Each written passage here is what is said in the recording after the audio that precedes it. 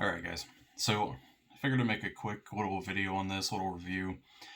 This is the Blackhawk Omnivore right hand hip carry holster. The Omnivore was designed to hold over 150 different firearms, basically all indexing off of, in my case, the TLR1 flashlight. Pretty wide, kind of bulky. It is a level 2 retention holster. The way that this thing is designed, as you can see, my weapon is clear, no magazine, nothing in the chamber. The way that this was designed, it essentially latches onto the flashlight itself. The weapon free floats in the rig, but there's really not a whole lot of wiggle unless you're cranking on it. So with that, I'm going to say as far as universal holsters go, this is the best one that you can get.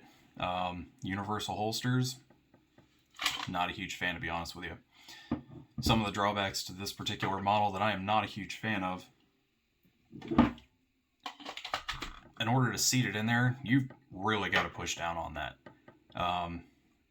It makes me a little uncomfortable, but it's nothing crazy. I haven't, worked with top tier my entire life. If anything, I actually get a little bit of enjoyment out of buying the cheaper stuff just to see what you can do with it. Drawing it is the same story. Even with the retention screw backed out almost all the way, I mean, you really gotta pull on that thing to get it out. Some people may like that, some people may not. Now, this does come with multiple different pads that you can set up for essentially different heights. It comes with the stock one already on. It's actually part of the release that's for smaller firearms. This is the medium, and there's a large. Pretty forward thinking on Blackhawk's part. It does come with a belt loop attachment, as well as the paddle holster style attachment, which is still in the box. I've got this set up to run on my battle belt that I use for competition shootings and stuff like that.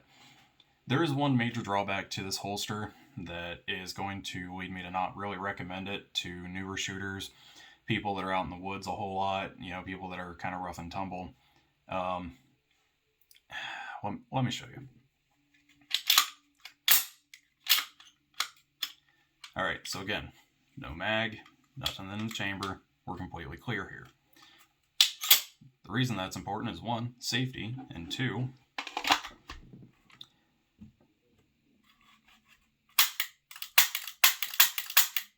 I can fit my entire sausage finger up underneath of the holster and discharge the weapon.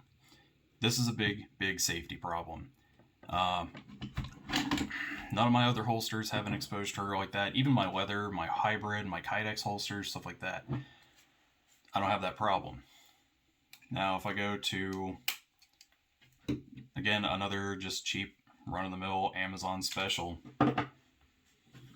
like my Orpaz Defense level 2 retention holster, put that in there, you can't get to the trigger whatsoever.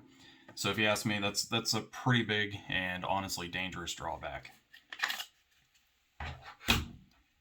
Now, that being said, if you've got a lot of experience with holsters and you just want something that you can take out to the range, whether you're an instructor or something like that, you want to run different style firearms, whatever, as long as it has a rail and whatever light that you have, for your different model. Mine fits the Streamlight TLR1. I have a TLR1. As long as I can put the TLR1 on my firearm, I can fit into that holster. Me personally, I will probably end up sending this back. I just can't get past the fact that any of my gear or brush or anything else like that, because I am an avid outdoorsman, I am in the woods frequently. I slip, fall, and a stick goes up in there. Well, good thing I've got a tourniquet and a whole bunch of other medical kit on me, because I might need it. But at the end of the day, if this is your thing, you're just hitting the range, and you just want to have a thick boy holster, hey man, go ahead. ahead and get it. I mean, they're like $50 on Amazon.